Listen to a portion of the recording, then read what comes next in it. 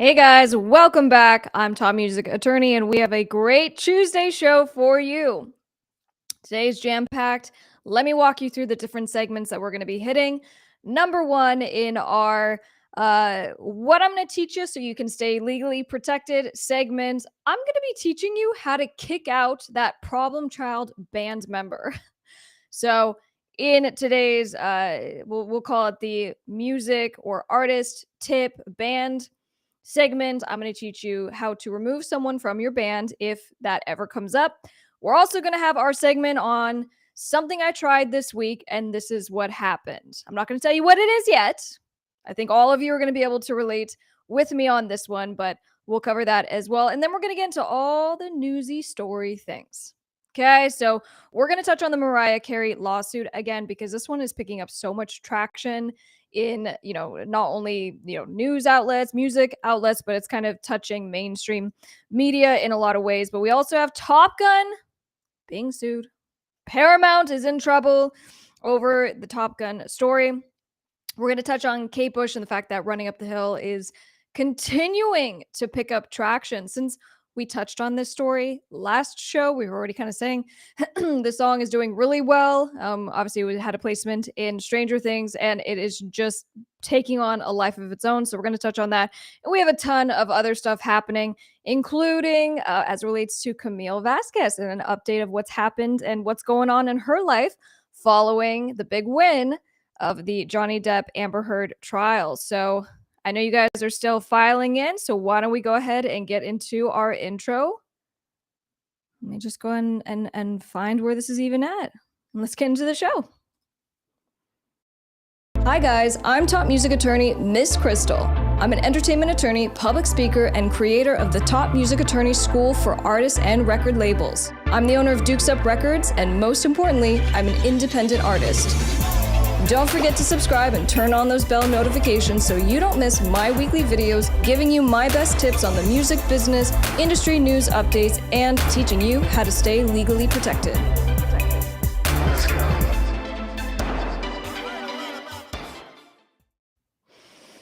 Hey. All right, so I was on a live stream last night on my Miss Crystal Instagram, and that's kind of where we keep things a lot more casual. We're just kind of hanging out, we're singing songs, and just kind of checking in. I'm usually doing some kind of meditative thing to relieve your stress, to relieve my stress. And anyway, so there just seems to be kind of this reoccurring theme of wanting to see my feet. And I see a comment right now, where's the feet? Now, I gave you guys a unique opportunity last time when I said, if we had a certain number of viewers on, that I would show your feet. And you know what? I mean, we're not there yet. So that might be coming at some point, but nice to see you guys. Appreciate you being here. Yeah, so look, as far as following the Johnny Depp trial, there's been a lot that has continued to happen. And one thing, we'll probably get into this on the next show, but one thing is that we had Amber Heard's attorney going and doing a lot of interviews right after the verdict had come in, and saying some stuff that is a little surprising to me, right? So saying stuff like there was evidence that had been suppressed, and obviously this was the completely wrong decision, and the jury was completely biased towards Johnny Depp. And, to the extent that the baseline of Amber Heard's complaint were the statements that Johnny Depp's attorney made outside of court, I kind of think it's interesting that now her attorney outside of court is saying a lot of stuff, and stuff that's very damaging, right? So, saying basically, it's like a cooked jury and this is a big scheme. So anyway, we'll get into more of that maybe on the next one. But as it relates to Camille Vasquez, she got a big promotion. So, as far as we saw, one of her big kind of the Star is Born moments was when she was doing the cross-examination of Amber Heard. She had a very concise, kind of on the ball cross-examination. I think that we can all agree that she did a really good job, and she seemed to really carry herself well and to represent Johnny Depp and her firm very well throughout the entirety of the trial, including in closing arguments. And so she got a big promotion, and she is now a partner at her law firm. Now, previously she was actually just an associate, so that's quite the jump. But I'm not surprised if you have what is now probably an international sensation of an associate at your firm, and she wins the case as part of, the team on behalf of Johnny Depp. I'd probably be giving her a big promotion as well. And the official statement from the law firm, let me go ahead and read that. We're pleased to announce that Camille Vasquez has been elevated to partner. She was a key member of the litigation team that won a jury verdict last week for actor Johnny Depp in his defamation trial against ex-wife Amber Heard. Full announcement here, and then it's hyperlinked. So congratulations. That's a very exciting. And, I think that this is just the beginning of all of the amazing things we're going to see from Miss Vasquez. Thank you guys for being here. I'm doing great. Look, we got the tea and you ready? We got the new teacup. Now, I'll be honest, I didn't have a chance to actually wash it properly. So I washed it about 4 minutes ago. It is clean. And now we're using it. I'm finding that it fits perfectly, and we're rocking the glasses. So little mini me here to keep me company. Johnny Depp's lawyer is beautiful and awesome. Yeah, I mean, look, let's jump into that for a second, right? There was a lot of speculation and rumors about Vasquez. She must be dating Johnny Depp, especially after they had embraced a couple of times, especially after her cross-examination of Amber Heard. And of course, that's all proved to be false. She came out and said, "No, I'm actually dating someone. I'm exclusive." I think his name is Edwin Owen. So unfortunately, Miss Vasquez is taken. Sorry to all of the dying men and women out there who love her. Yeah. So, as far as kind of some of the news stories we're going to get into, we have things that are just kind of going wild. And so that's why for some of these stories, even though we did touch on them on the last live stream, we're going to do kind of a follow-up because there's some new developments and then just some different ways that we can kind of look at this. But before we get into the news segment, I had promised I tried X, Y, and Z this week, and this is what happened. So last week I did beef liver, okay, and so we had a little discussion about that. This week I have gone sugar-free. Now I'm technically on, I think, day 8 today. I have to check. I have a whiteboard outside of my office, and so I keep track of a number of things every day. It's just my neurotic thing that I do. But it's been about 8 days, and it's been okay. I've done sugar-free one time before, and the first time it was just quite awful. So in the same kind of way, if you go off of coffee, off of caffeine, you experience withdrawals. That's absolutely the case with sugar. You start having headaches and gastrointestinal issues, and you wonder why, what's the purpose of life anymore, quite frankly. And, I've done a little research into this, and they're talking about how sugar is like 8 times more addictive than cocaine.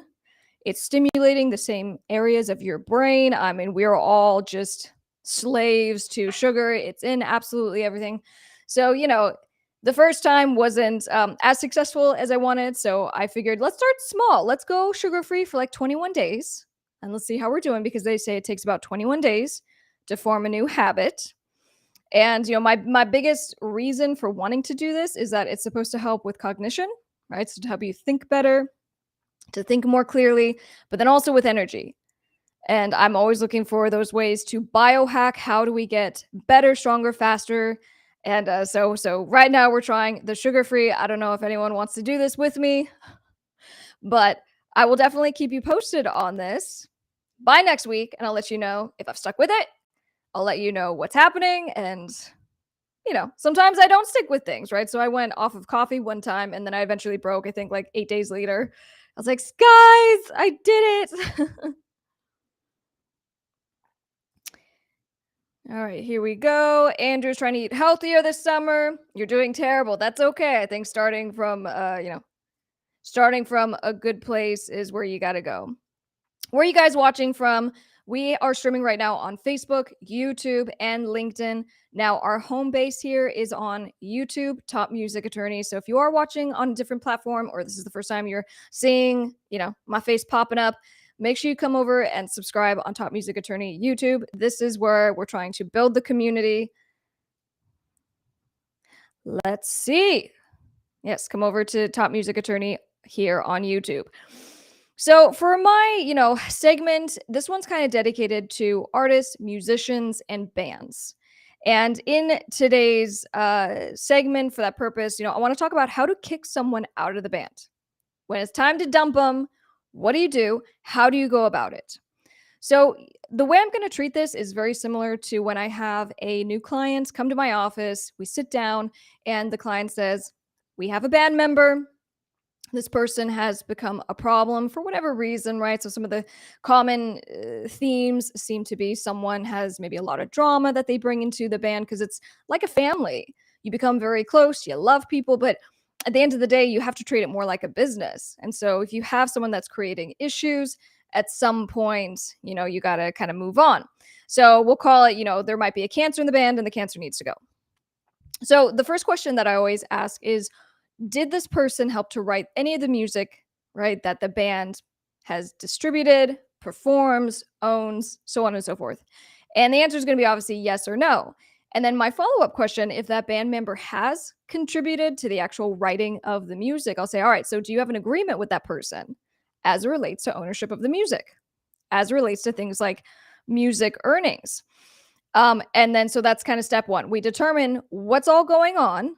Oftentimes, the band member has participated in some kind of way. So let's say if it was a guitar player, maybe the guitar player wrote some parts, played on an album, maybe didn't write any parts, but still played on the album, but contributed in some kind of way.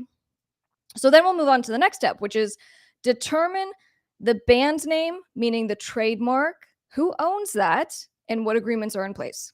So I'll ask, did this band member help to create the name? And do you guys have an agreement in writing as it relates to the ownership of the band name? So then we determine yes or no. And, oftentimes there will be there's usually one person in the band that kind of, originates the name. And I find that bands have a tendency not to put things like the band name into a contract, right? Because you just kind of are spitballing ideas and someone might come up with the name. They'll be like, oh, that's great. And then they just run with it. But what they don't know is that if you don't have something in writing, that can create problems later on as to who owns the band's name. Okay, so step one, talk about ownership. Does this person potentially have any claim of ownership in the music because they helped to write it, they performed on the recordings? And then number two, talk about the band's name. Does this person have a claim in the name? And then in both scenarios, do you have anything in writing? Okay, so then what we talk about now as part of this first kind of phase is dealing with the problem and getting rid of the person, right? So I'm going to talk about where we land and how we resolve these, and then I'll talk about what you do to prevent problems in the first place, which is really what most bands should be doing. But this is the conversation I'm usually having them with them first, right? Which is, we already have a problem. What do we do? So in the instance that you, let's say, don't have a written agreement with the band member that you're trying to kick out, then you want to do something similar to a settlement agreement. Okay, so I might end up calling this something more like a band withdrawal or band removal or band member removal. But the heart of it is a settlement agreement. And it's saying, here's all the stuff, right, that band member may have a claim to as it relates to music, as it relates to trademarks. And then here's what's going to happen now that we're going our separate ways. And the reason why this is so important, guys, is because it has what's called a release of claims. You want to make sure that if you're kicking someone out of the band, that you're not just leaving yourself exposed to that person coming back later and bringing a claim for royalties, right? Earnings from the music, earnings from the music videos, maybe earnings from a tour. So, as far as getting everything on paper and figuring out how do we split this is the time to actually get something in writing. And what I say is that, sometimes it can be a little off-putting to kind of get, a contract from an attorney and then the band members getting an email. So let's say if it's from me. So they're getting an email from me and I'm like, you need to sign this contract. It can seem very scary and intimidating for that person. And they might be like, no, I don't want to sign anything. And, and then everything kind of can get worse from there. So what I say oftentimes to bands, I just go, look, see if you can figure out a way that everyone kind of amicably is going to walk away from this. Find your carrot, right? So you can have carrots, you can have sticks on how you handle these situations. anytime you can kind of make this as nice as possible for the person who's exiting the band, as far as we're going to make sure that you still receive your share of the music that you helped to write, or there's going to be some kind of little lump sum paid to them. Anytime we can do that, that helps to kind of smooth things over. But in any case, you got to get something in writing, and then there has to be a release of claims so that everyone really does walk away and no one's going to be bringing claims against the other person later on. And this goes to the ex-band member as well, right? So let's say, the band goes and does a show next week, and obviously that band member's not in the band anymore, and they get into a fight and they break someone's jaw, and now the band is getting sued, and somehow that ex-band member is getting lopped into the lawsuit. So having a release of claims helps to protect the person exiting the band as well. So, it plays both ways. I mean, we even talked about this on the show, right? We were talking about how Evanescence had kicked out their guitarist, Jen. So, as far as Evanescence put it, Evanescence is like, oh, we have loved our relationship with Jen. And they made it seem like it was kumbaya and very amicable, as far as them, not kicking her out of the band. That's not the way they put it. But then Jen went and posted, and she's like, I had no decision making in this. I didn't want to leave the band. So obviously they fired her. So things happen with small bands, with big bands, but the way you handle it is often the same. So in scenario number one, if you don't have stuff, the terms in a contract already with that band member, we got to do a settlement agreement. And then we got to figure out the best way for you guys to walk away and how that works with things like the music ownership, revenue coming in, and ownership of the band name. Now, if you were coming to my office for just a little 30-minute consultation and you were saying, what should we do to make sure bad stuff doesn't happen when we need to kick people out of the band later on? I would say you need to start an LLC. So it's a limited liability company. You add the members of the band to that company, and then you get an operating agreement. And an operating agreement is the contracts between all the members of the LLC. So it's the band member agreement. And so now you have something in place. If and when you need to kick someone out, you have a method, right? So it might be by majority vote, but you have a process for the removal of that band member. And then you also have the process and different, aspects in place to protect everyone involved, including the person who's kind of getting kicked out. Yeah, and I remember too, we were talking about Deftones, right? So they had kicked out their bassist Sergio because he had wanted a percentage of ownership, right? So we have all kinds of scenarios, and it's not always the band member is the problem and we need to kick this person out. I mean, sometimes we're trying to protect a band member who's been kicked out, right? And I actually had someone contact my office in recent weeks, and this was a similar kind of situation of just, someone who had invested a lot into the brand and there weren't any contracts. So it can kind of play both ways. But in any case, you always want to make sure you have your agreements in writing. So the best practice, start an LLC for the band. Very cheap, very simple. You can do it yourself, but obviously even a better practice is just to hire an attorney to do it for you. Start an LLC, get an operating agreement. Everyone signs, and that's the cleanest way to run your operation. Hello, Scott on Facebook. Make sure you come over to Top Music Attorney on YouTube. Winston asks, have you trademarked your intellectual property? I sure have, as a trademark attorney, as a copyright attorney. This is something that I do for my clients every day, pretty much. And so it's definitely something that I do for my own music, for my own brands. Mario, hello. I love your little blue heart. Scott just followed. Thank you very much. I appreciate the support and I appreciate you being here. All right, so that kind of concludes the artist segment. So why don't we go ahead and move on now? And we're going to shift gears into discussing all the newsy things. We have a lot going on, and I have complaints. We're going to dive deep into the weeds here. But first, we have to bring in that Orco. All right. Hello. What is good, everybody? Welcome to community. Thank you guys, everybody, for being here. I see you in the chat. If you haven't yet, please subscribe to Top Music Attorney on YouTube. We are broadcasting to Facebook, YouTube, LinkedIn. But we really, really, really want to bring the traffic over here to our YouTube channel. So make sure you come over and say hello on the channel. Hit those notifications. And just to talking about some of these bands and stuff that you. I'm talking to myself. I just literally had my mic muted. All right, so we're Yeah, I starting was like again. wondering what happened. Sorry, I was like, sorry to I'll interrupt fill you. it I up. was just saying what's going on with that shirt? Tell me about your shirt really fast. Oh, I have a my Belle Biv DeVoe Poison shirt. Belle Biv DeVoe is one of my favorite groups of all time. They are part of the New Jack Swing movement. They were members of New Edition, and then they sprung off to do their own thing. But Very I love Belle nice. Biv DeVoe, and I've been to a couple Belle Biv DeVoe shows, and even have had the pleasure of singing on stage with them. So it's very Love that. All right, and I know I cut you off. I can't remember what you were saying, but we're gonna get back to you. Raymond, let's talk about today. First time in the chat room. Raymond, amazing. Thank you for being here. All right. So we need to jump into a lot of things. What do you think? Should we start with maybe the Mariah? Let's touch on that You and let go me with it. know. All right, let's jump back into the Mariah Carey. All I Want for Christmas Is You copyright lawsuit. Now, this one has some interesting wrinkles that we didn't talk about on the last live stream. So, All I Want for Christmas Is You is, this is a lawsuit that was just filed last Friday. I did get a copy of the complaint. I kind of want to go through it with you guys.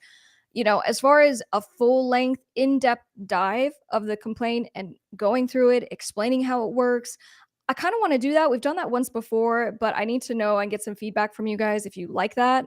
I love it. I love it when you break down those complaints, because it really gives, because when we read these articles and we really don't understand what's going on, we're just getting kind of just somebody's just summary of what happens that isn't an attorney to really explain what some of this stuff means. And I find it fascinating.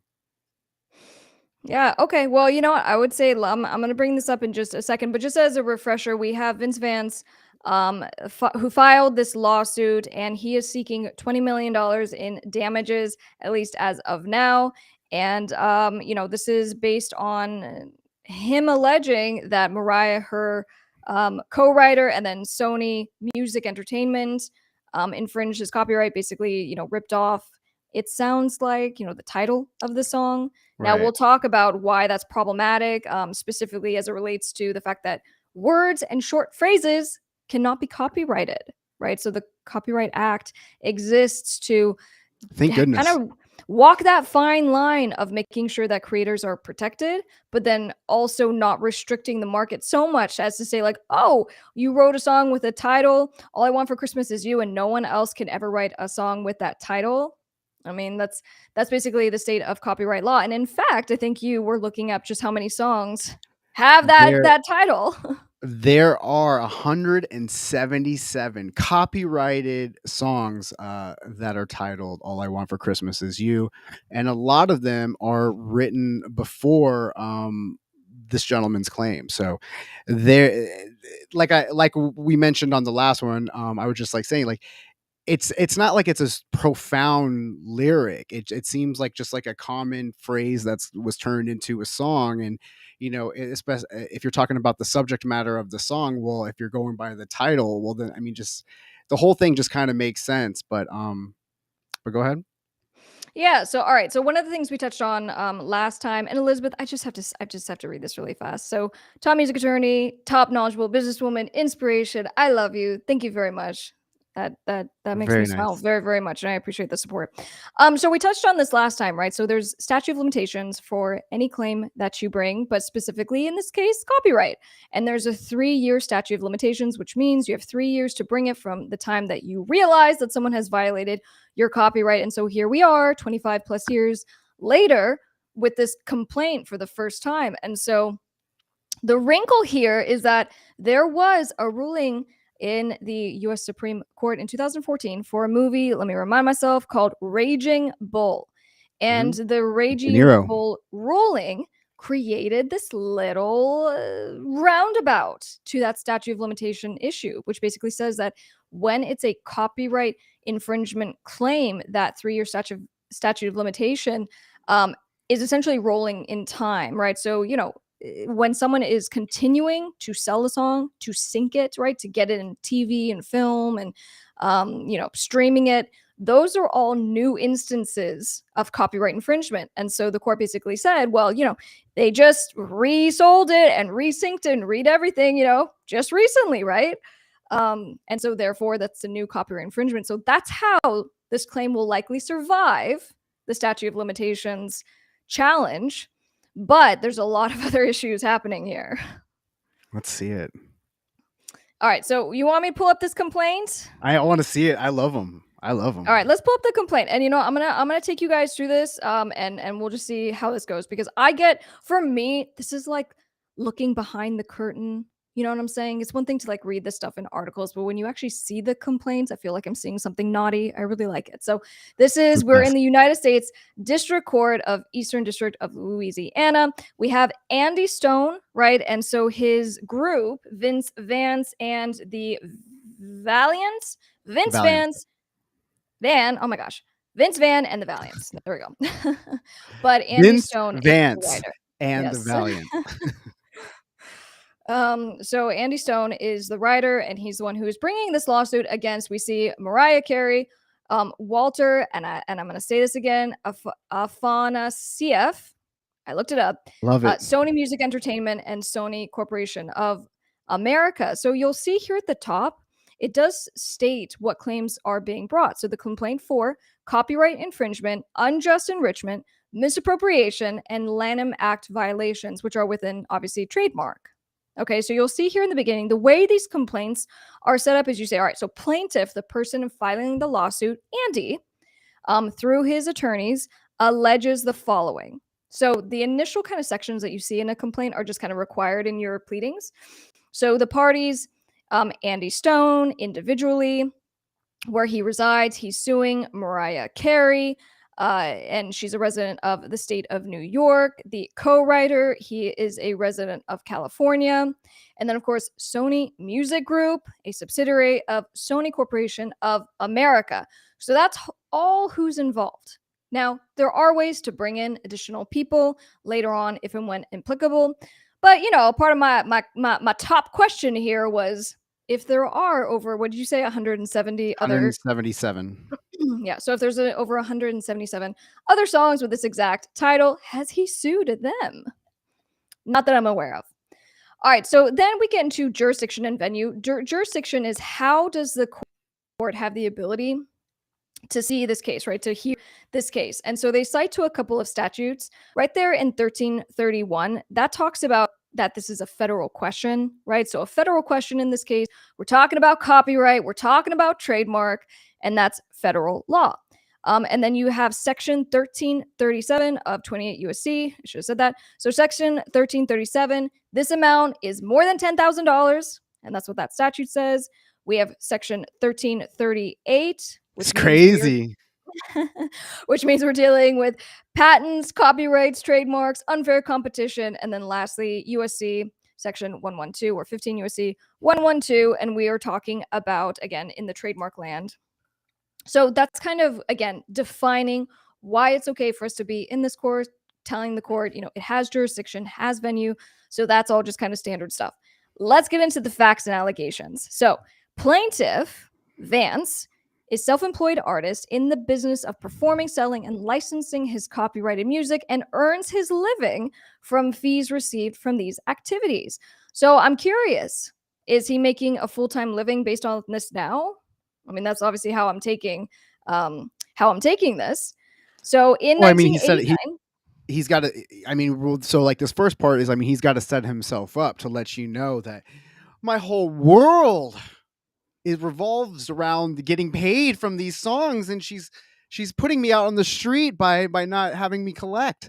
I feel like that's what it is. You got to do your first sentence of of laying your sob story. That's right, Jimmy. From LinkedIn, shout out for taking the time to speak to us and putting us on the game, sending lots of fruitful energy. I love that. Thank you for being here. That. All right, so in 1989, plaintiff, so Andy co-wrote All I Want for Christmas Is You and recorded it at, what does it say? Masterphonics Studio in Tennessee and subsequently released it. Now, the thing about this song is that it actually did well. And you'll see here, after receiving It's a good song.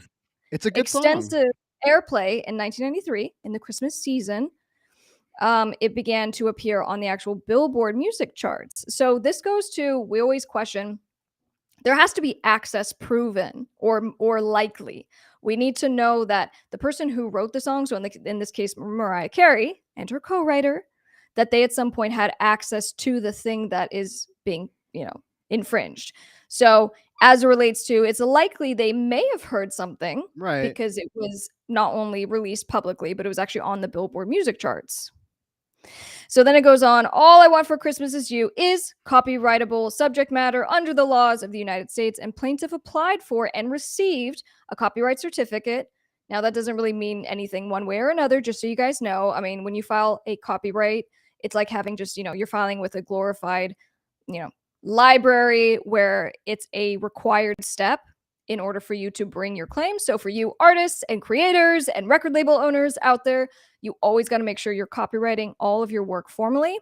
So it cites to the registration number right here. And then defendant Carey's album Merry Christmas was released by Columbia Records, owned by defendant Sony, on or about October 28th, 1994. So right, a year later. So that goes back to the timeline of, well, clearly they heard the song, they were aware of the song, they got my great idea, and then they went and released their own version, which of course ended up becoming much more successful to my detriment. So part of the Merry Christmas album, right? So Carey's album, defendant Carey released a version of the song All I Want for Christmas Is You, allegedly co-written with defendant Afa Nassif, along with the accompanying music videos. All right, so section or paragraph 14. Defendants never sought or obtained permission from plaintiff to use All I Want for Christmas Is You in creating, producing, recording, and distributing, selling, or publicly performing said song. All right, I know I'm going super fast.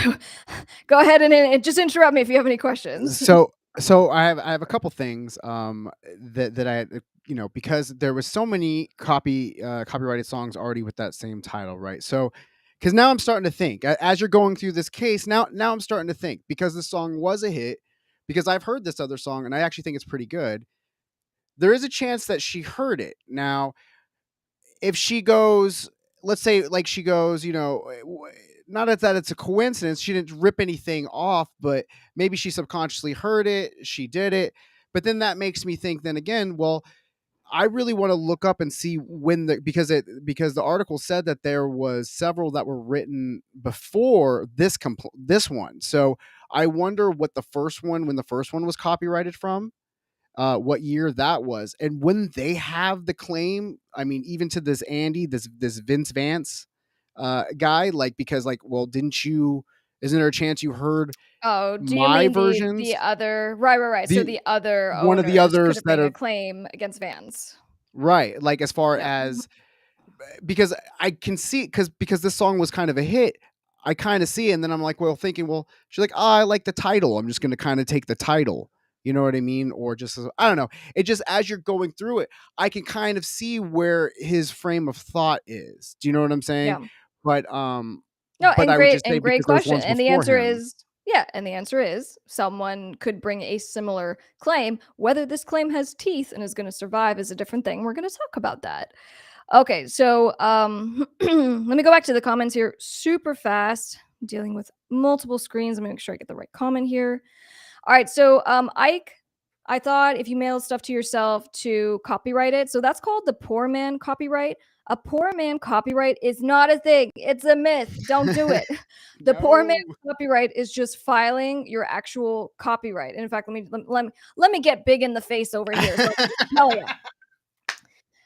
It's a myth, and the poor man's copyright is just actually filed because they did increase the filing fee recently, but it's only $65. It's a very easy process. You can do it yourself. Just go to copyright.gov and you file your song, your script, whatever it is, and you'll get a certificate. Having that certificate obviously gives you that additional protection, but the beautiful thing is that you actually have copyright protection as soon as you make it. Right. Okay, so as soon as you make the song, you have automatic copyright protection. But the reason we actually file a copyright application with the Library of Congress is because you need that piece of paper in order to file a lawsuit. So don't mail stuff. It's not going to do anything. You're already protected, which is great. It's Just go and file your copyright. And in fact, I have a video on Top Music Attorney here showing you how to file your copyright. So just look for that when we're done here, okay? Yeah, no, I mean, don't mess around. It's not expensive, and it's not expensive at all to do it. There's really no excuse not to take that extra step. I mean, if you're releasing music, you're releasing it for it to go viral, for it to blow up. You want to make sure that you're protected. Don't do this just to have fun. I mean, take it seriously, treat it like a business, get your stuff locked up. Yeah. Let me hit one or two more questions. We'll go back to the complaint. Winston, what are a musician's remedy if another artist samples or uses part of another artist's work in a remix dub? Can the new artist claim derivative work, or it depends? We'll talk about derivative works, but a derivative work is a derivative. It is something that is made from the original copyrighted work, like, for example, a remix or a cover song. And so, what are the remedies? I mean, you can do all kinds of things. Me being an attorney, when I get these calls, you can do takedown notices, you can do copyright strikes, you can file lawsuits. That's definitely a more expensive route.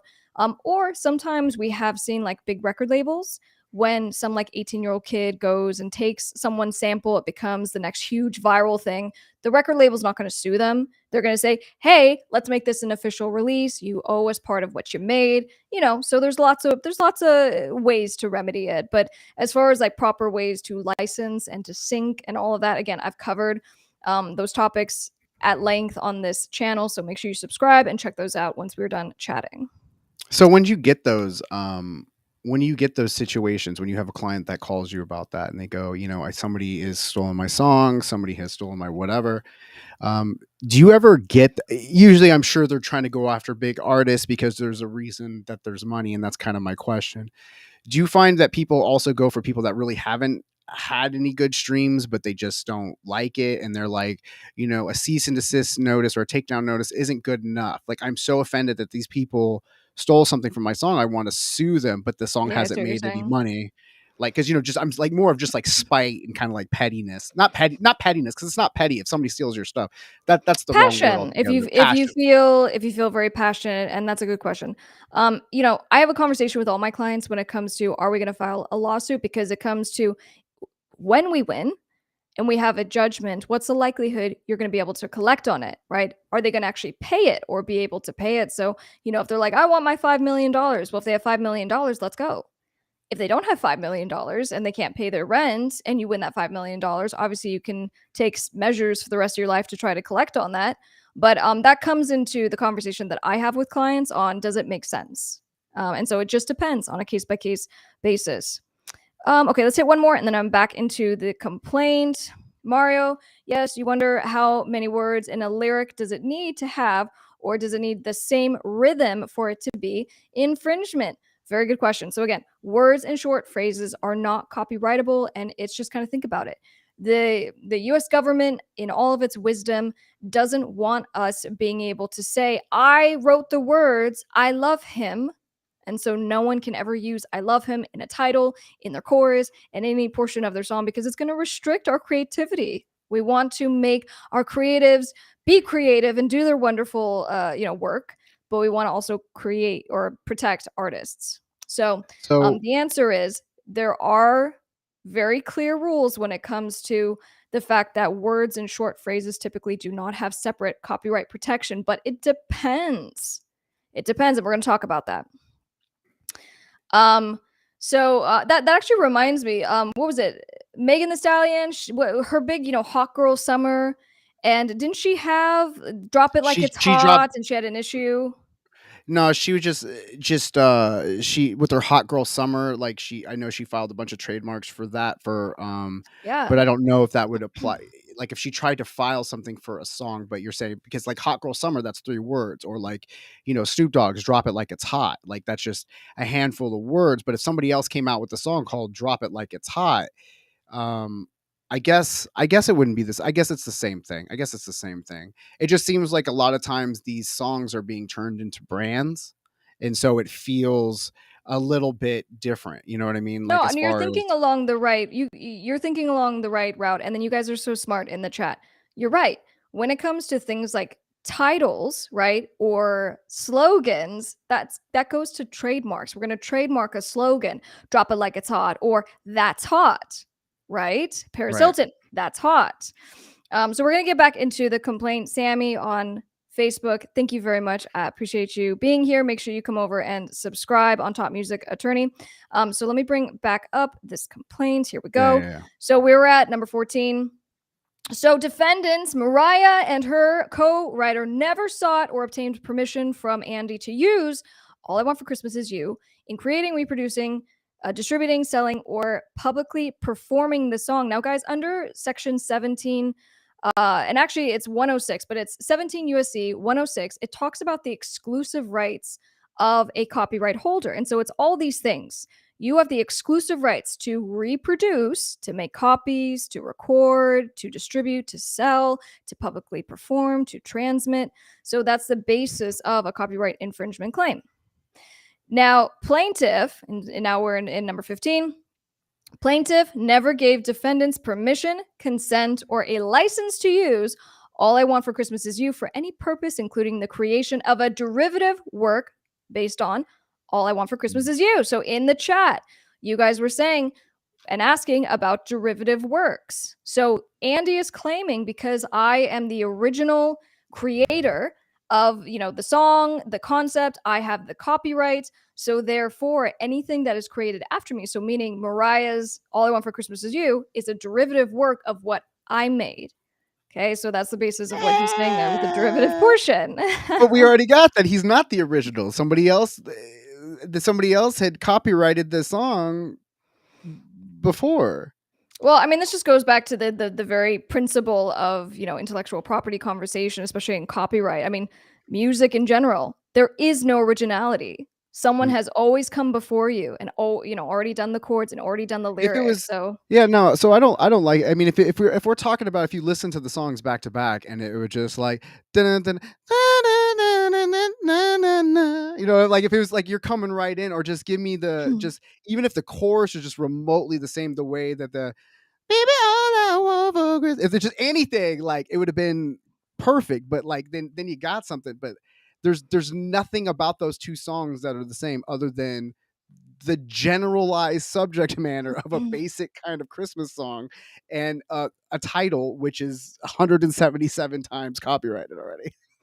Well, I mean, this brings to mind the case, the Dark Horse Katy Perry case, and the fact that the Christian rapper who had sued her, he sued her based on that very notable 8-note descending minor scale. It goes bum bum bum bum bum bum bum bum, right?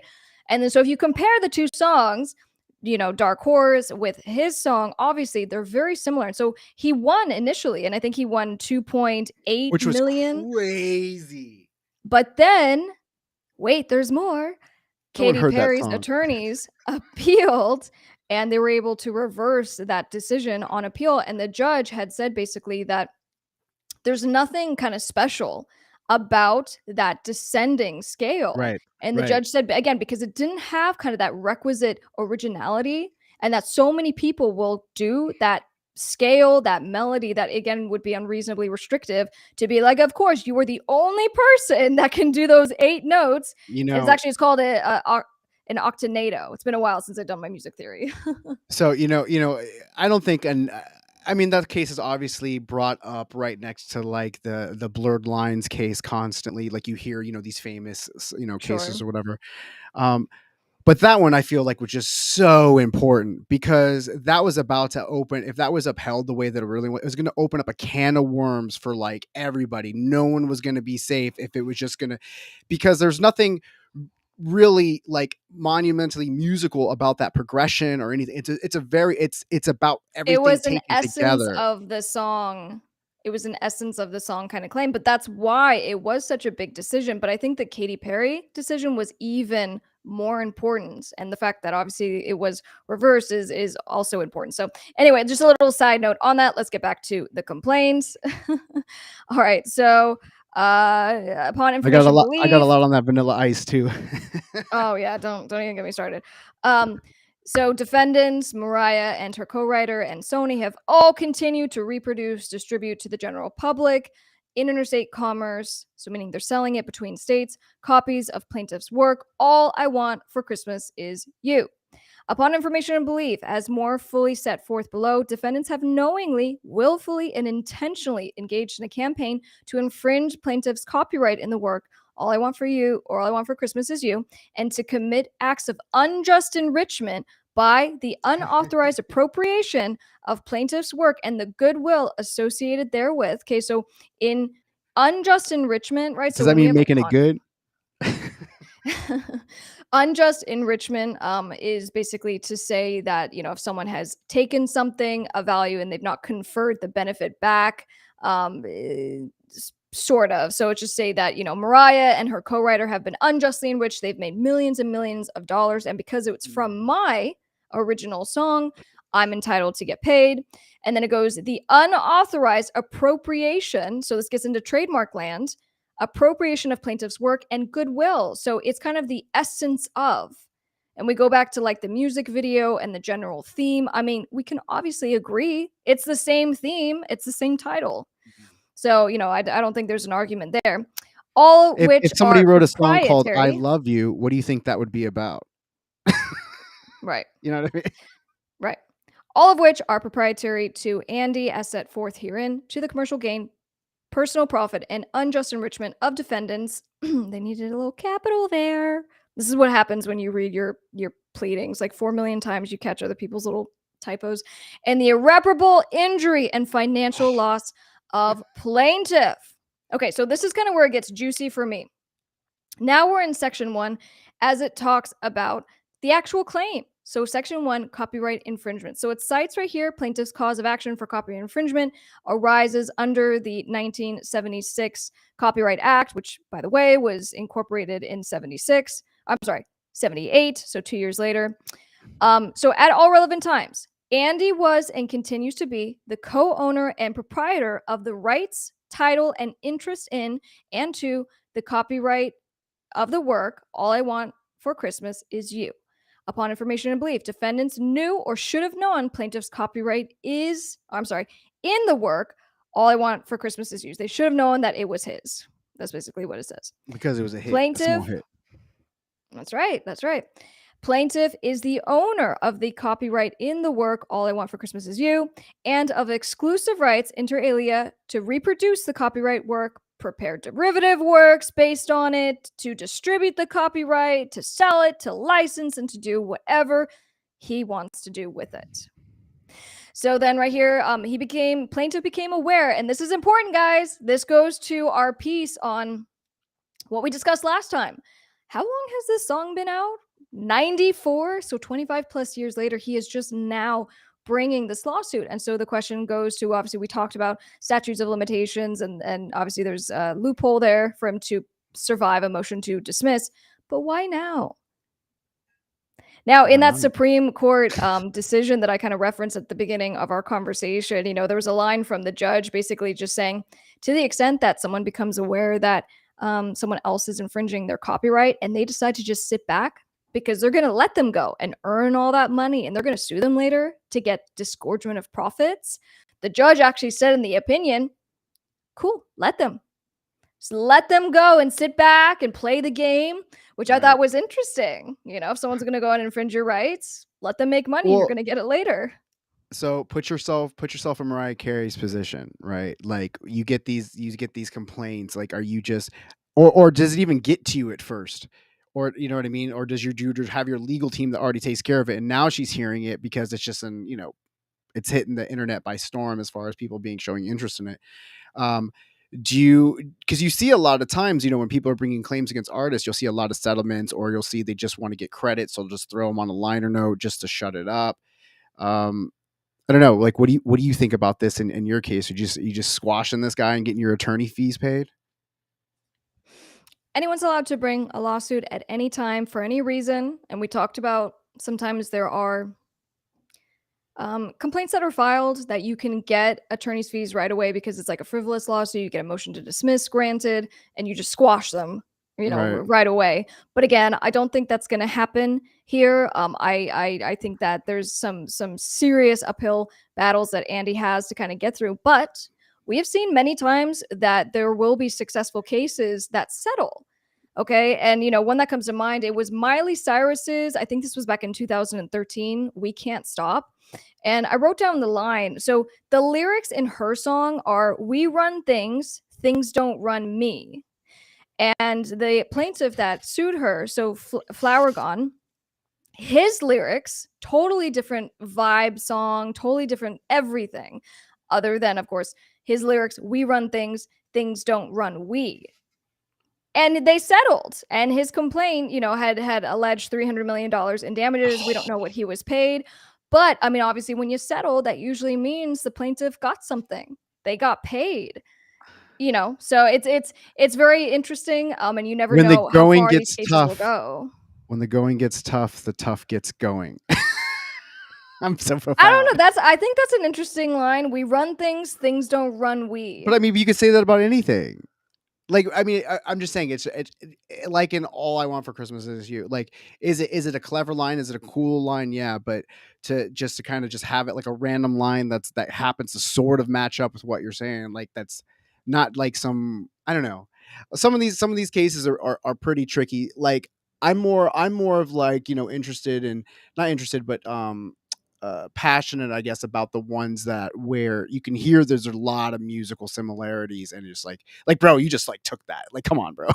Like, Right. I like the more clear cut things than just these subtle. Like, there's four words that you use, or you used a phrase. I'm like, man, you probably stole that from Nas. So like, get out of here. Like, come on.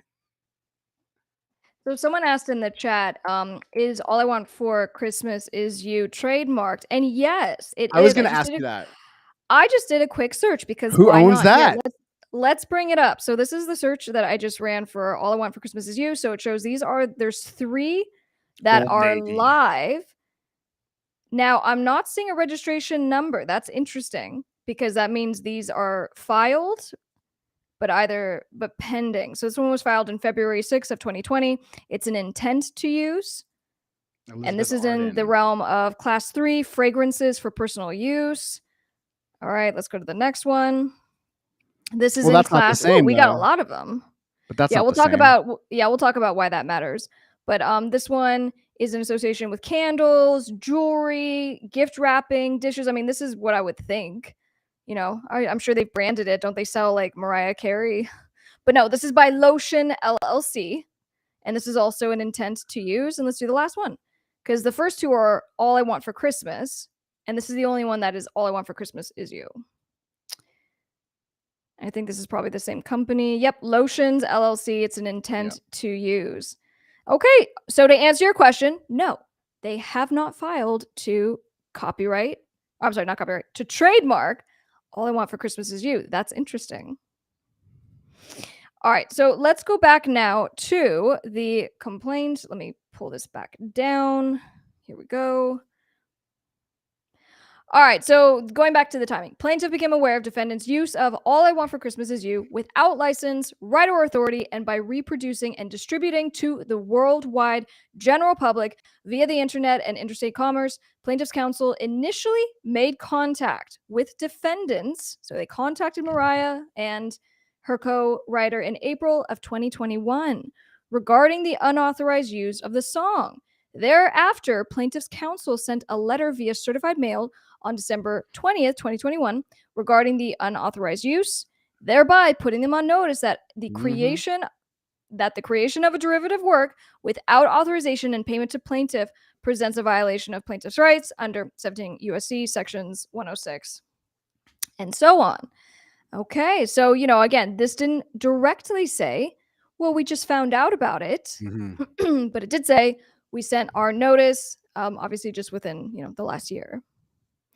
All right, so defendant's actions have deprived plaintiff of just compensation in association with the use of the work "All I Want for Christmas Is You," thereby causing plaintiff financial and professional damage, and if allowed to continue, will further injure plaintiff. Are So his again, just damages listed? Did he put a monetary on his damages oh, in we're the getting complaint? there. We're Uh-oh. getting there. So, even after communicating the concerns with defendants, plaintiff was unable to come to any agreement over the usage of the song. Subsequently, plaintiff personally requested that defendants cease and desist from further distribution of plaintiff's work. So, they need you to go ahead and remove Mariah's song from all music distribution platforms right away. Despite plaintiff's request, defendants continue to have the song on Spotify, basically. Thereafter, on April 5th, 2022, plaintiff purchased Merry Christmas. Oh, so he went and actually purchased it again, uh, Mhm. which incorporated the song from Louisiana Music Factory. In fact, the Merry Christmas album has All I Want for Christmas Is You, and it is Mm. available. Also in Walmart. This is a nice little promo for where to get the That I was music. about to say, in case you wanted to hear it, as you're gonna hear it many times. Okay, so now I'm gonna go through the state claims. Let me just kind of jump through them really fast. So the state claims again, just being for unjust enrichment and for misappropriation. So you see that there's been a false representation of the professional collaboration, right? So everyone knows that it was my song. They are falsely representing to the world that You've been I on gave them notice. permission. I didn't.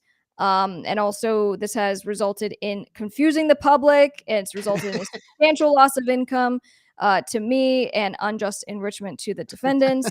The Lanham Act violation. This talks about the trademark implications. So, defendants have in the past and continue to use connection with their commercial services and merchantable goods.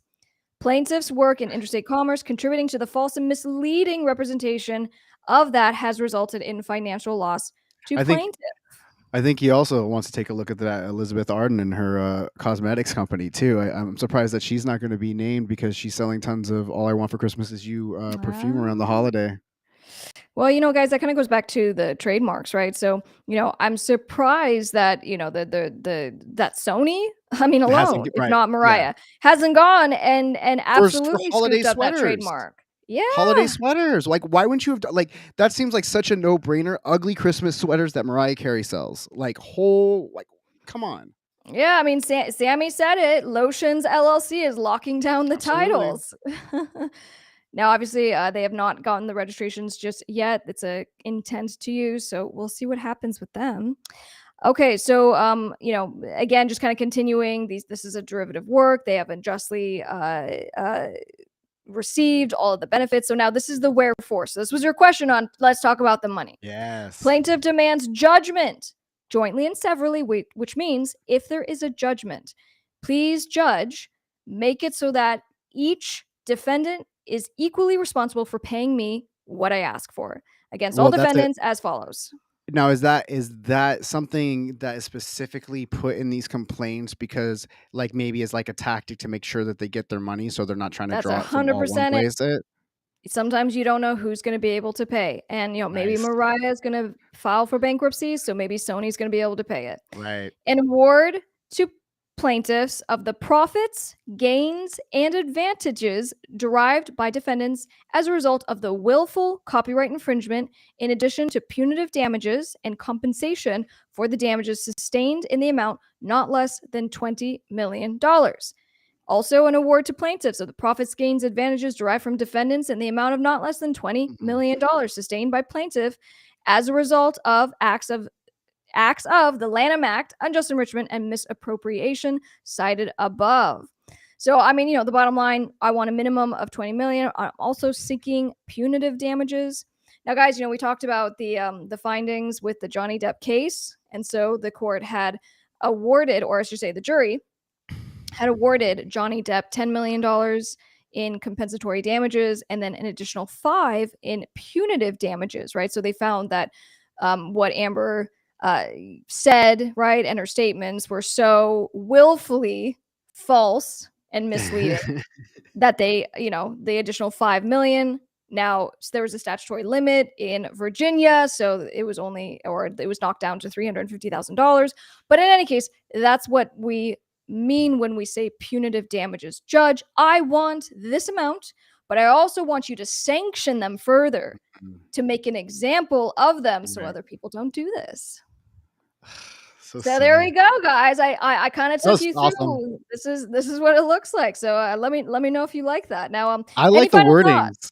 I like the wording of it. I like the way that they just kinda just the way that you have to put in there, like, the double meanings of things, and, I just find that stuff so interesting to see the nitty-gritty. J, is it Productions, FK Productions? Well, at least now he'll be getting a lot of free publicity. The music video for his version for his song is actually doing very well. It's a You popular find search. Yeah, yeah, I think people are just kinda curious to check it out if nothing else. So yeah, I mean, in the short term, he'll be getting some free publicity for sure.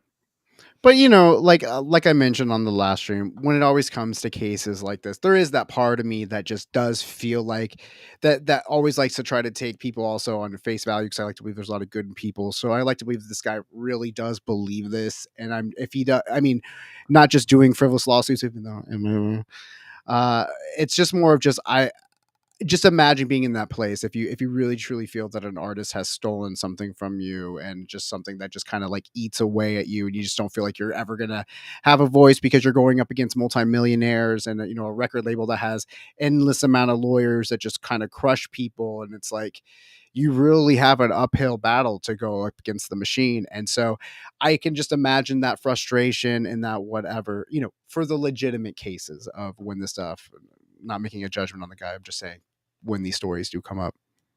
Yes, I Yeah, do. I remember this 11 seconds clip. Remember the 90s. There's two similar songs, Whoop There It Is and Woot There It Is by Tag Team. And wasn't it 69 Boys, I think, had Woot There It Is? That was a very interesting case because Tag Team definitely won that war. Yeah. All right, so guys, we'll be continuing to follow this. So if you're watching this later on, make sure you subscribe, and I will be reading through the answer once Mariah Carey's attorneys file it. All right, so let's move on, and I kind of want to jump out of order of what we were going to be talking about, Yeah. and let's just kind of discuss briefly Stranger Things and Running Up That Hill and the resurgence of that song into incredible popularity. So awesome. Yeah, so again, the song received a sync placement in Stranger Things, and so since then, it's been just taking off in popularity. Now, this is a 1985 hit, and so the fact that it's having a second round of now it's charting on the Billboard charts. And I think that's actually the first time that actually broke the Billboard Yes. charts, which is It amazing. it hit number 8 on the Billboard's top 100. And I'll tell you what, it's already been kind of crushing charts like in the UK, and I think like I want to say like a dozen countries. But it's been so great because this song is such an incredible song, and I'm so glad that Kate Bush is just getting her recognition and just going viral, and she seems like super like kind of like humble about it. She said it's all very exciting, and just she doesn't usually give her songs up to placements, but she's a fan of Stranger Things, and so it's just she wanted to go ahead and be a part of that. And even Winona Ryder, who's on the show Stranger Things, was saying that she's trying to take responsibility for having a lot of to do with why she got her placement, because she says she walks around wearing Kate Bush shirts on the set and stuff, and is always talking about her and stuff like that. So now, no spoilers for Stranger Things. I have not seen this new season. I'm finishing up Ozark. Oh no, Um, this what happens when you're living your life and doing stuff. You can't watch all I the TV. get My little one sister was episode. telling me about what is it called, like Blood, Sweat, and Robots. She's like, it's the best thing. You have to. I have no idea what she's talking about, but there's Yeah, TV to be caught up on. yeah, I get like one episode a night of stuff because I'm always working and stuff. So I'm finishing up Ozark, and then I'm headed over to Stranger Things. But from what I understand, part of the power comes from it's placed a lot. Like it's kind of like a running theme in for a character on the show. So I think it's super dope. I love that she is just, and it's not even just that. Her Wuthering Heights and Cloud Busting song are also going up in the charts. Like the whole record of the Hounds of Love album is just going up on Spotify. So if you haven't, heard the song, if you haven't watched the video, go check out, Kate Bush Running Up That Hill. and the Imagine placebo version as releasing well. imagine releasing a track decades ago and boom, Kate Bush moment happens. Guys, on TikTok alone, I can't tell you how many times I was Yeah. served just today. I was served some singer who's doing a cover song now because it's so popular, and so it will continue to have these new waves of resurgence. Yeah, haven't seen or even reached Stranger Things season 3. All right, so we're not alone here. No, Yeah, but I so mean, oh no, just to that point, like you saw like Bohemian Rhapsody from Queen, like right when it got that Wayne's World placement, it like blew it up just from that. Everybody kind of associates that Queen song with like Wayne's World. Um, I think like Kiss or not Kiss Seal's Kiss from a Rose, like that song came out, and then the Batman movie, and then once the Batman movie and Seal's song got placed in that, like it went to number one. Like there's so many instances, and this song is so good. It's had a few runs, and I mentioned a bunch of times because I want you to check out the placebo version of Running Up That Hill, but that got a major placement in the OC, which is a really cool show that I like, and that gave that blew up the song overseas too. So I don't know, it's just really cool. Mario, oh, I think my thing just flipped. Mario saying that he hasn't, or I've been hearing it 2 years on what is it? Alternate radio, alternate Yeah, 98.7 at my work night shifts.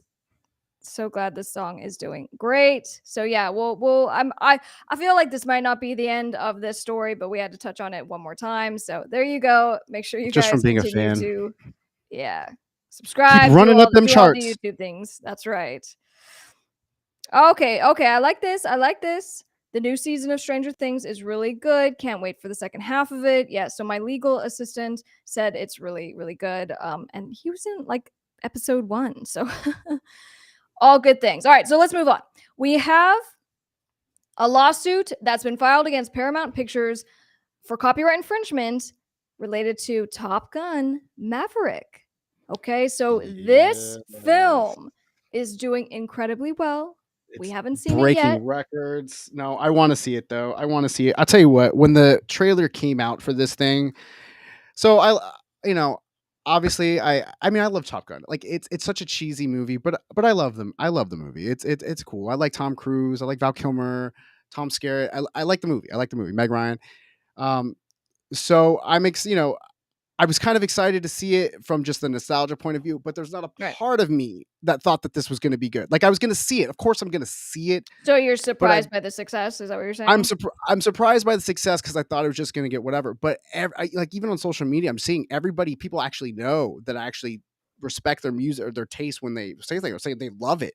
So apparently, this is a really really fun movie that I'm excited to kind of see now because I thought it was just going to be. I was going to watch it, but I thought it was going to be awful. Now I'm watching it, thinking, oh, it's probably going to be pretty good.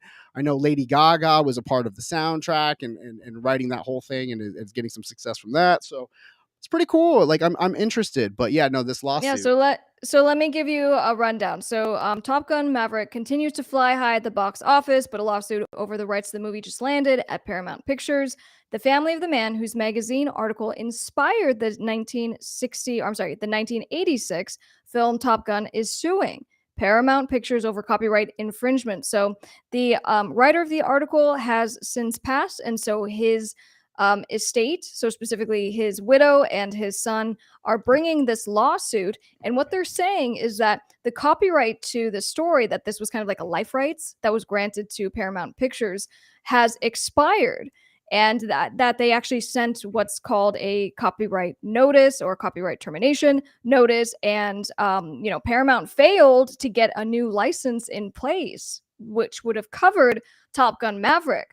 And so So they're this saying is basically, I okay, just wanted to just really quick because I have a quick question or just to point out. So this is a lot different than a lot of the stories and stuff that we cover on this channel because this is something where yes, no, the Paramount's everybody's acknowledging that yes, we bought this story and this is just about who owns the rights of it now, not that, it's not that this guy isn't his story or wasn't based on this. That's all being acknowledged because they've already paid for it. Now they're just determining who owns it, if I understand that right. Right. So this is different. This isn't like this guy's just saying, "Oh, you ripped me off." This is yeah, so to just kind of oversimplify it, copyright revisions and updates provide that after so many years, after 35 years, you have the ability to send a reversion, a termination notice, and you say, you are no longer entitled to use my copyright.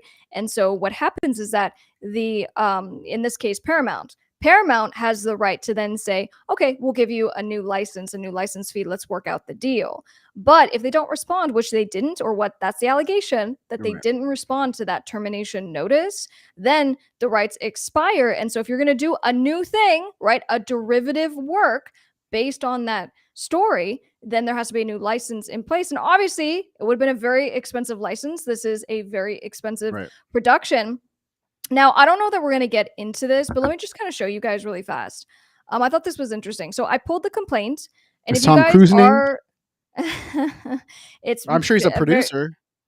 as of now, it's Paramount Pictures Corporation. And so we see the widow and we see the son. But something I was going to just kind of point out is that we not only have the complaint, which has been filed in the United States District Court of Central District of Columbia, I'm sorry, Columbia, California, but they also filed Exhibit 1.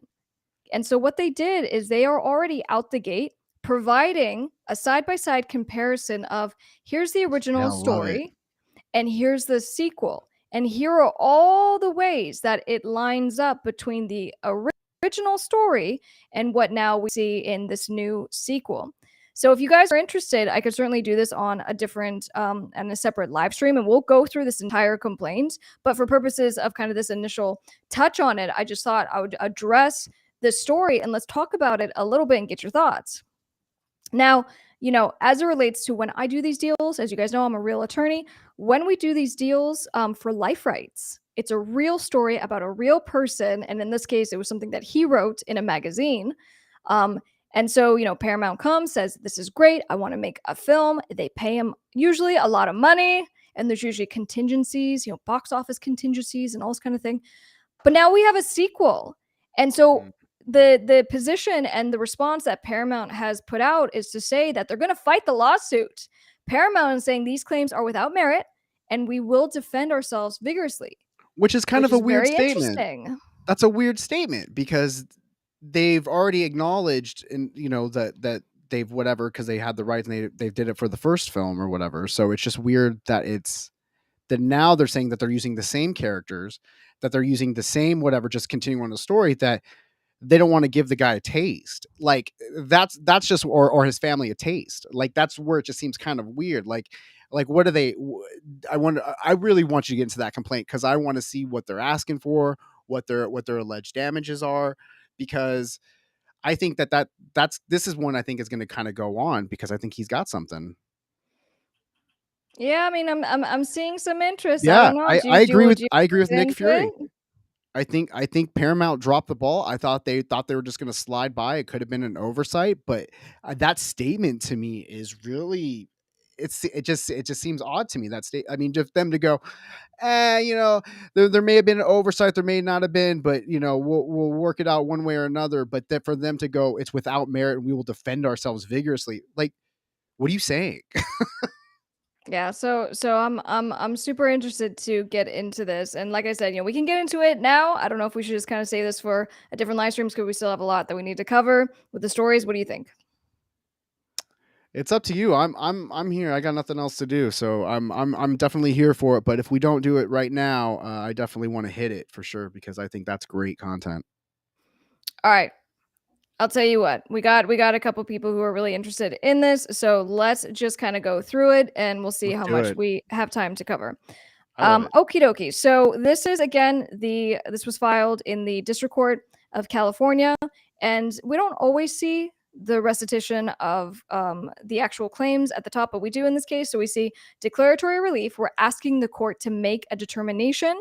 Number 2, copyright infringement, and number 3, injunctive relief. So when we say court, we want you to enjoin, we want you to stop. In this case, I'm assuming it's going to be stop the distribution of the film. And guys, real talk for a second, when this That's happens a big and we move. get an injunction, it can be disastrous for, in this case, Paramount, because, if they were able to get the injunction, that means they have to absolutely stop distribution until, there's resolution. I wonder if that's I would wonder if that's ever been done where like they had to pull a movie while it was I mean obviously I'm just kind of getting more interested in this stuff, especially as the channel goes on. We just kind of cover these stories and we kind of it's really sparks my interest, but I'm just kind of curious to if they've ever pulled like Batman because someone like it's like Yeah. no.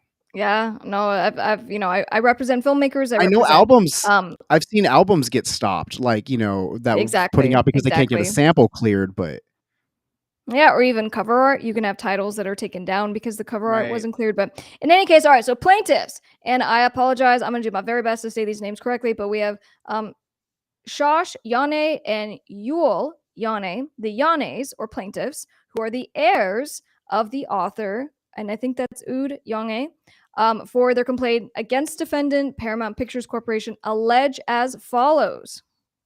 All right, so the Mhm. original author wrote the story in 1983, which was entitled Top Guns, the story from which the 1986 motion picture Top Gun, the 1986 film, and the recently released 2022 sequel motion picture Top Gun Maverick are derived. Okay, so again, he's the author, and these are derivative works based on his original story.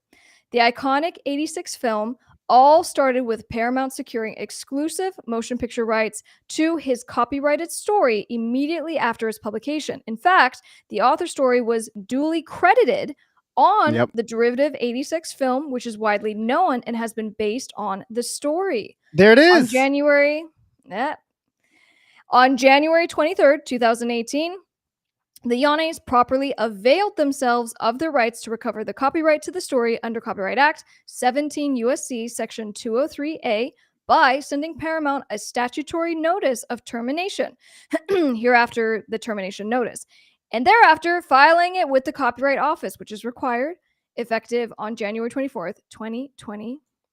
On January 24th, 2020, the copyright to the story thus reverted. Oh, and you know what? Let me just scroll over here. I got a message that just popped up.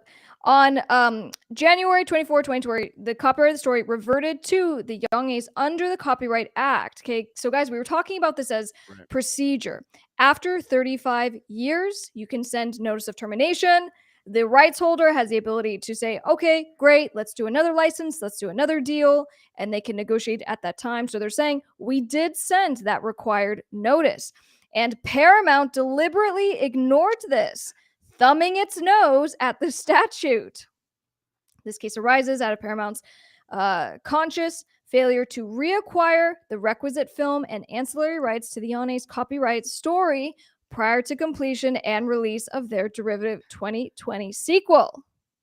They got a case. So again, just remember, this is the complaint, right? So, out the gate, obviously, we're always going to say they have done us wrong, and, they But can I'm be right. saying, but again, I always like I say, I go by the fact that I take people on their face value and where they feel like they were wrong. I mean, just by the facts. If the movie already has them acknowledging their story in the first movie, and they've already gone through this, and they have documentation of them following after the 35 years that they sent them something. There it is. I'm saying if all of that stuff if everything that in that complaint is true, not just like opinion, or I feel like I'm not talking about money, I'm not talking about value, I'm not talking about percentage of that. I'm talking about if that stuff is true, why are we, gonna vigorously defend ourselves without merit? You know what I mean? Well, and this goes to I haven't I haven't seen the new Top Gun. I think that's important here. So as far as comparing the stories, right? So we're not I'm not sure from personal knowledge and experience. Nike on Facebook, stopping distribution would reduce the profits they hope to glean from the so-called infringement. We talked about this with the Mariah Carey story. Sometimes you want to sit back and let them do their thing. Let them make their tens of millions or hundreds of millions of dollars because I'm going to come after that. But they're not doing that. They're trying to stop distribution. I think to your point, maybe not the smartest move, but let's go back to the complaint. Is that a tactic? Could that just be like a threatening tactic just to show their passion for it? It's like this isn't about money for us. This is about our father and his legacy, and you're destroying it, so I want it stopped. Even I'm saying whether they buy it or not, does that help the passion of the complaint, if the judge is looking at it, what they're, what they request. Like if they go, yeah, we're just looking for like, 50 grand and whatever, like we don't want to stop them from making money, we just want our piece of it, as opposed to no, like we need this stop, take it out of the theaters. Like, what are you doing? I think this goes, potentially to the credibility. Is this going to impact whether they actually get the, restraining order, the injunction? No, they have a factual burden of proof to prove to the court to get what Sure. they need. But I think it does go to kind of public opinion of credibility, right? So they aren't just kind of sitting back and waiting. They're doing it now while the film is at its peak, while the film is still, on track to still make a lot of money over the following weekend. So it's an interesting point. Let's go back to the complaint. All right, so Paramount engaged in willful conduct alleged herein, notwithstanding that it is a sophisticated multinational corporation whose core business is based upon the value and enforcement of copyrights and other intellectual property. So they're kind of getting to the fact that Paramount knows better. Paramount should have already kind of dealt this. This isn't a new thing. So I think that's kind of what they're trying to say. So here you have the parties. And so we kind of went through this with the Mariah complaint. So we have the widow, so Shoss, we have the widow of author, and then we have the son of the author, and the defendant, Paramount. Jurisdiction and venue. Again, we're now getting into the basis of why the court is entitled to hear this matter. This is a copyright infringement claim. Plaintiffs are seeking injunctive relief to stop the film from being circulated in distribution. So now let's kind of jump into the statutory background, because this is interesting, guys. So it starts the U.S. Copyright Act of 1976, provides an author with the inalienable right to recapture the copyright to the author's creative material after a lengthy waiting period by terminating without cause prior transfers of such copyright. So a transfer being a license. Yes, you can use my story to make your big film. Right. It's a temporary license. Right. So after a certain period of time, you can terminate. Termination is carried out by simply serving advance notice of termination on the original grantee or its successors and filing the notice with the Copyright Office, whose or within the delineated time window. Okay, so then it goes into, well, pursuant to Section 203, it provides for the termination post 1977 transfers of the copyright. This did happen, of course, after 77. By the author during a 5-year period commencing 35 years after the date the rights were transferred. Okay, so the requisite notice of termination sets forth the effective day of termination within the 5-year window. So basically, just to say, here's what the law is. That amount of time has lapsed. We issued the applicable notice. The termination right is the most important authorial right provided by the Copyright Act, short of the copyright itself. Congress was therefore very protective of the termination right, and to that end, enacted a number of provisions to prevent any waiver or encumbrance of the termination interest. For instance, termination of the prior copyright grant may be effective, notwithstanding any agreement to the contrary. Okay, so let's talk about that for a sec. To the extent that Paramount was, arguing, well, our license was still in place. If it's been 35 years, that they can still issue that notice of termination and it will supersede the contract. So that's very interesting. And, obviously copyright law goes to protect authors. Right. I think this one is going to be one that we're going to be kind of hearing about a little bit longer, because this one just feels like it has a little bit more to it. And all these things, and that was my question, just if the holding the movie up, trying to stop it from its release, is just like kind of like a tactic for money. I just think it's just weird that they wouldn't have had a conversation, like that there just wasn't any kind of just acknowledgement. Yeah. Harley, the estate of the writer of the plot idea for Top Gun is trying to take the movie hostage for ransom, in my opinion. Right? That's one way to look at it. All right. So let's kind of give a once over again. So this goes through and just touches on the termination rights. We're kind of getting the gist of it. So in addition, the Copyright Act has no extraterritorial application. Foreign rights to the story remain with Paramount, such that, notwithstanding Yanni's termination rights, Paramount would always continue to benefit from Top Gun. So what they're talking about here, guys, is that even after you issue termination notice, the original work, so the original Top Gun, can still be in circulation. They don't get to pull the plug and say, Right. you don't get to use the copyright anymore and you have to stop distributing the film. This applies to any future uses, which is obviously what they're claiming. They're saying this was a sequel. And so, since it was a sequel, we terminated. You owe us money because you were supposed to get a license. You didn't. And so that's where this is at. Okay, so now they're going to kind of go into the facts common to all claims for relief. Let's get into this a little bit. So the original story was published in April 21 of 1983 in May 83 issue of California Magazine and was registered in the US Copyright Office October 3 of 1983. The magazine was well known, the subject of a story. It was a naval training base, rather dry. Was rather dry. In contrast, however, the author's copyrighted story was written in a remarkably vivid and cinematic fashion with reference to Hollywood stars and epic films such as From Here to Eternity. Rather than focusing merely on the dry historical details of the training school, the story focuses on the pilots, the top guns, and their personal experiences, singling out two particular, a hotspot pilot, Yogi, and his radio intercept officer, Possum, as they are hammered into a team.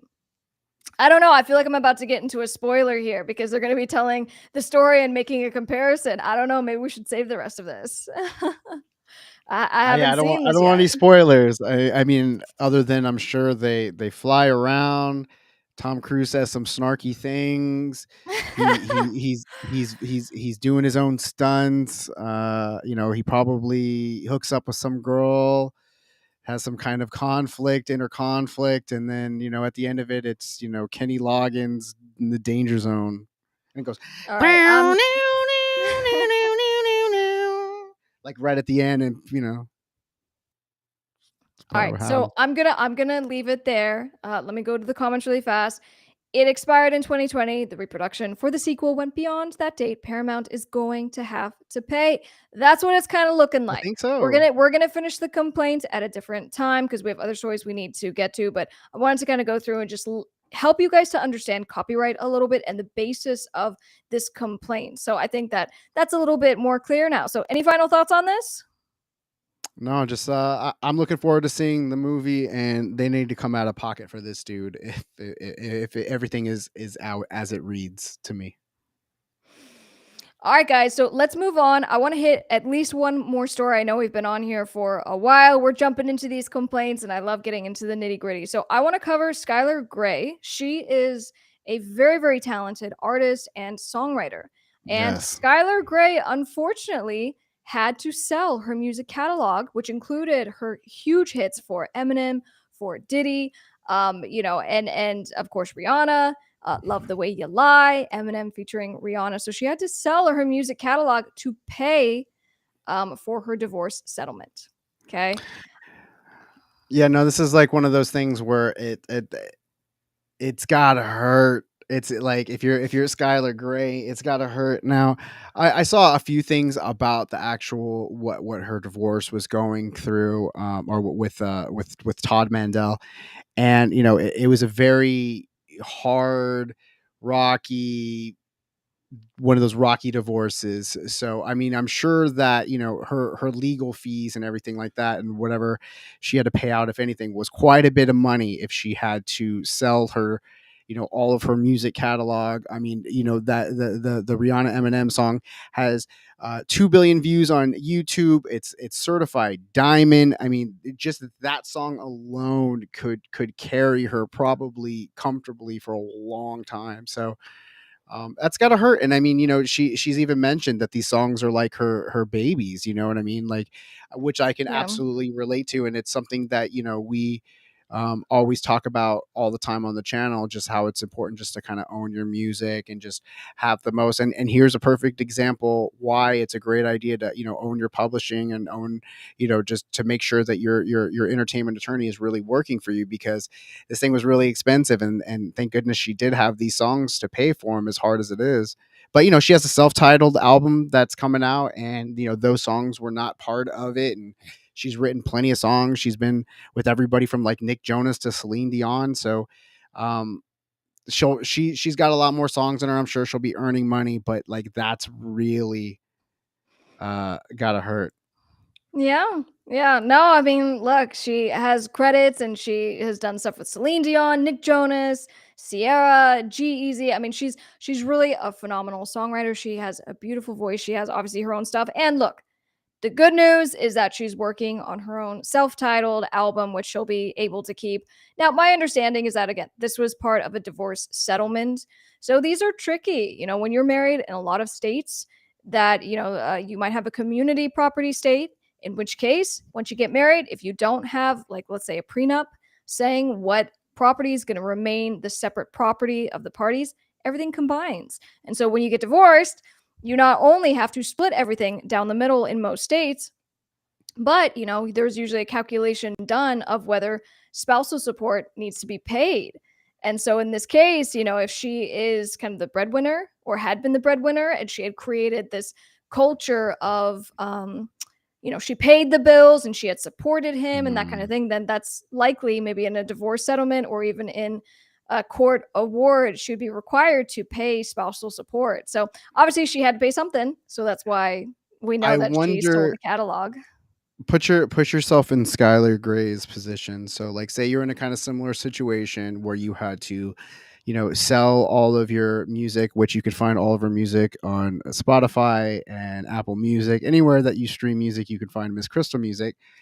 But let's say that you had to sell your, the rights to all of your music, like every time that you were in a restaurant or in a, shopping center or seeing a placement with your song that you maybe once loved because it was one of your babies. Do you have a new feeling when you hear that song where you get cringe because every time that's just money that's going into your ex's pocket, or you know what I mean? Hey, Like it's how just a how how reminder.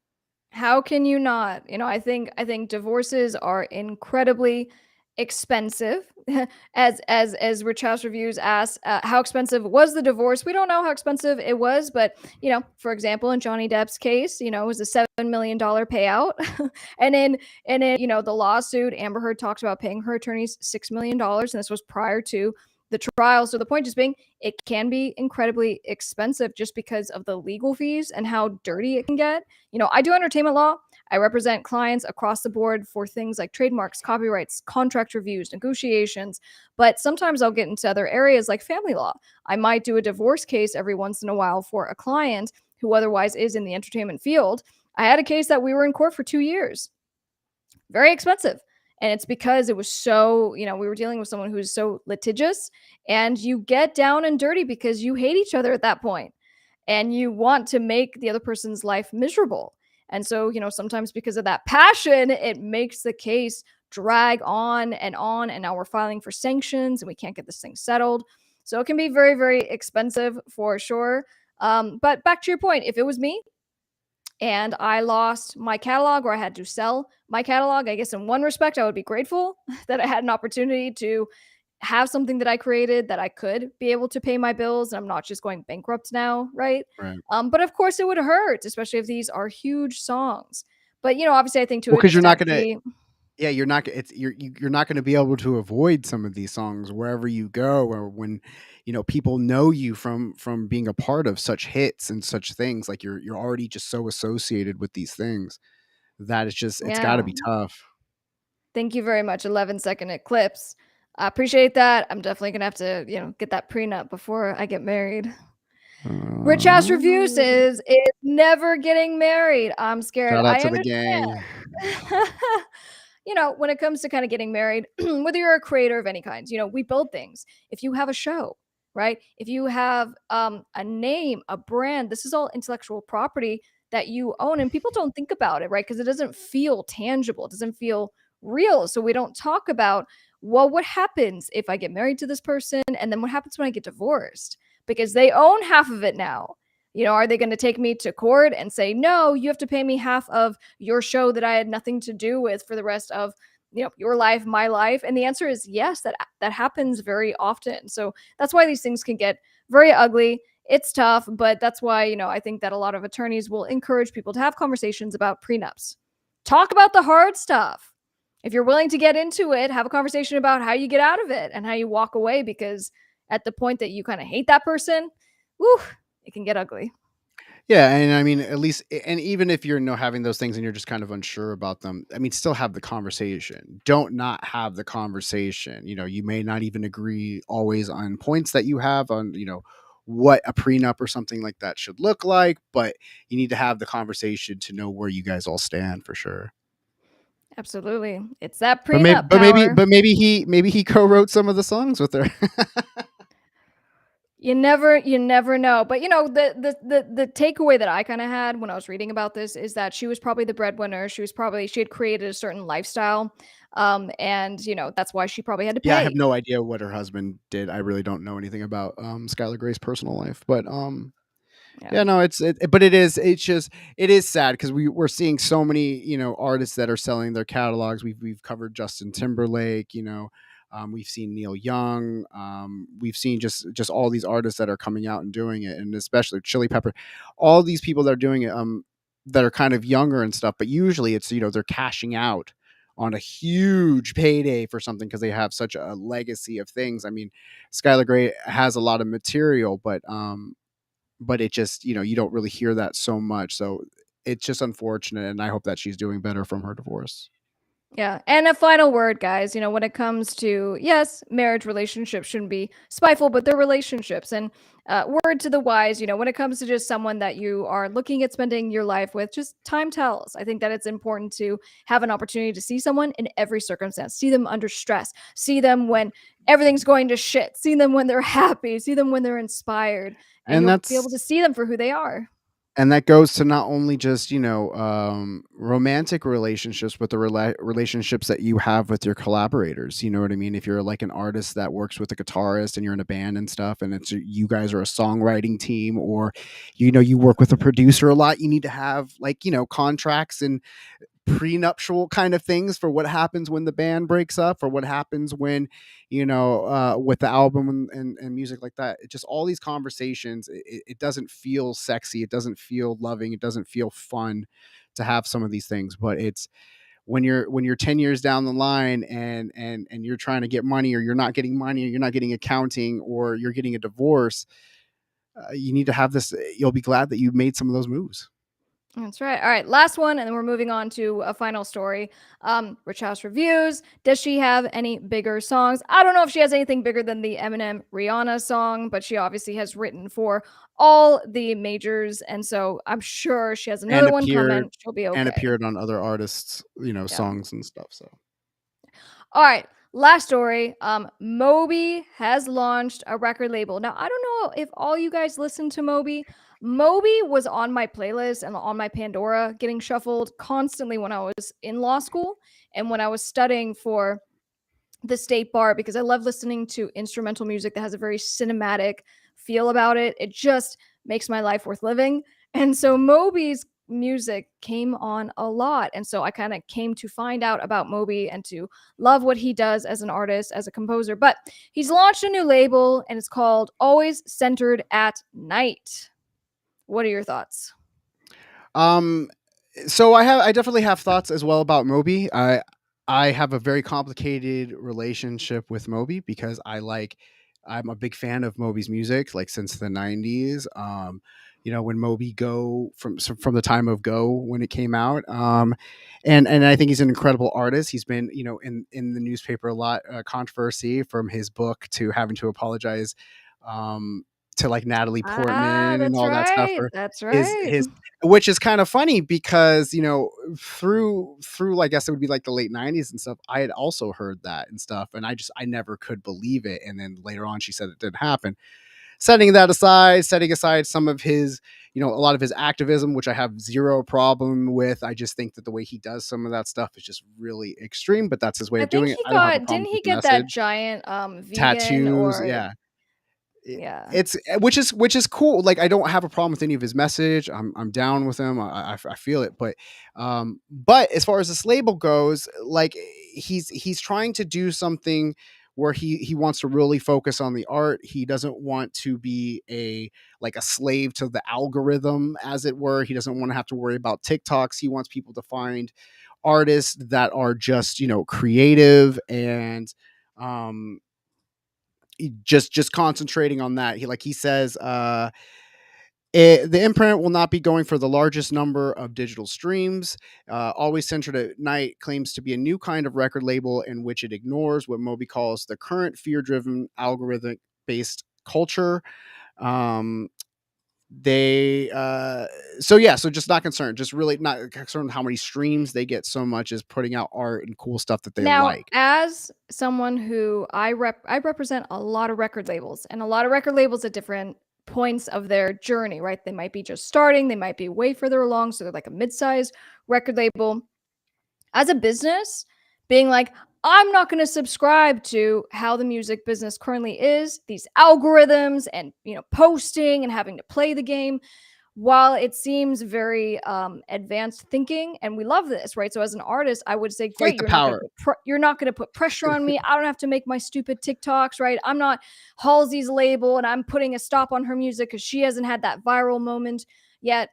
That's great, but that also is kind of concerning to me, right? So to the extent that you're saying, I'm not going to play the game, well, how are you going to make your artists a success? How are you going to get them out into the algorithm that you don't Well, care right. about?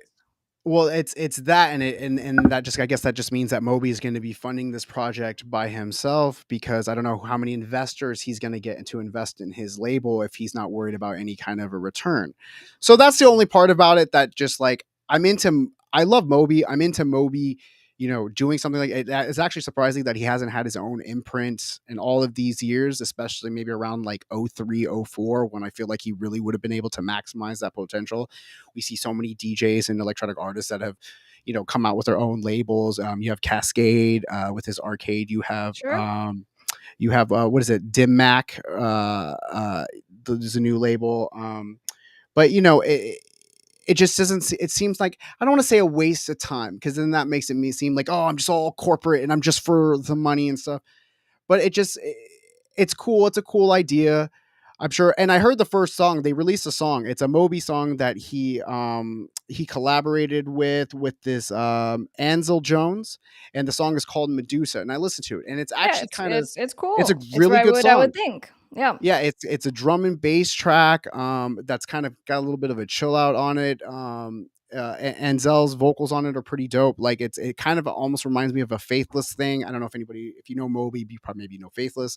It kind of has that kind of a vibe to some of it, but it's super dope. Like, it sounds great. So I have Well, and no let doubt me that the music's going to be good. let me give you maybe devil's advocate on this, right? So, you have Cell Dweller, who started his own label, and the label's called Fixed. And you were talking about Dim Mac, right? Steve Aoki, he started his own label. So when these artists will go and end up starting their own labels, and they're like, I'm going to do this my way. I'm taking control. I'm going to own all my masters. I think Moby could be successful on this if he's built relationships for sync. If he's able, because of all of the success in his music, Yes, if he's able to get placements in TV and film, which is what Fixed Records does, they exclusively focus on placements. They say, let's make music, let's get it in TV film. That's all we care about, because that's what pays. Why the a hell lot are of we going to labels are put doing it this. on? Why are we going to put it on DSPs, digital service providers, on Spotify and Apple to stream and get paid nothing? So that could potentially be his approach here, which would make sense. No, and see, and that's why it's so great. Like, when you said that, it makes a lot of sense to me. The why, because he has those connections. And then I'm thinking, okay, like, in Aoki's case, his Dim Mac label actually did pretty good, though. Like, he had a lot of major artists, he had those relationships. So, like, anytime something is released on Dim Mac, it's always in the Spotify new release things. Yep. His artists always get kind of heat and stuff to it. Aoki's one of these guys. Same thing with Cascade. Like, these are artists that are constantly touring, so they can bring them on tour with them. So they have a built-in infrastructure for that kind of thing, and the people that are in the know, because it's all genre specific. they can really capitalize on that audience. They have their market, you know what I mean? So it kind of makes sense. It just sounds weird to me. Like, but it's cool. Like, I totally think Moby should have a label. I have no problem with that. He's great. Yeah. Guys, that's a lot. I know we went a little long on Big show today's tonight. show, Big but hey, show. that Oracle, thank you very much for being here to cover all the newsy things with us. We always love having you on the show. Appreciate y'all. Make sure you guys All are right. subscribed to the channel on Top Music Attorney.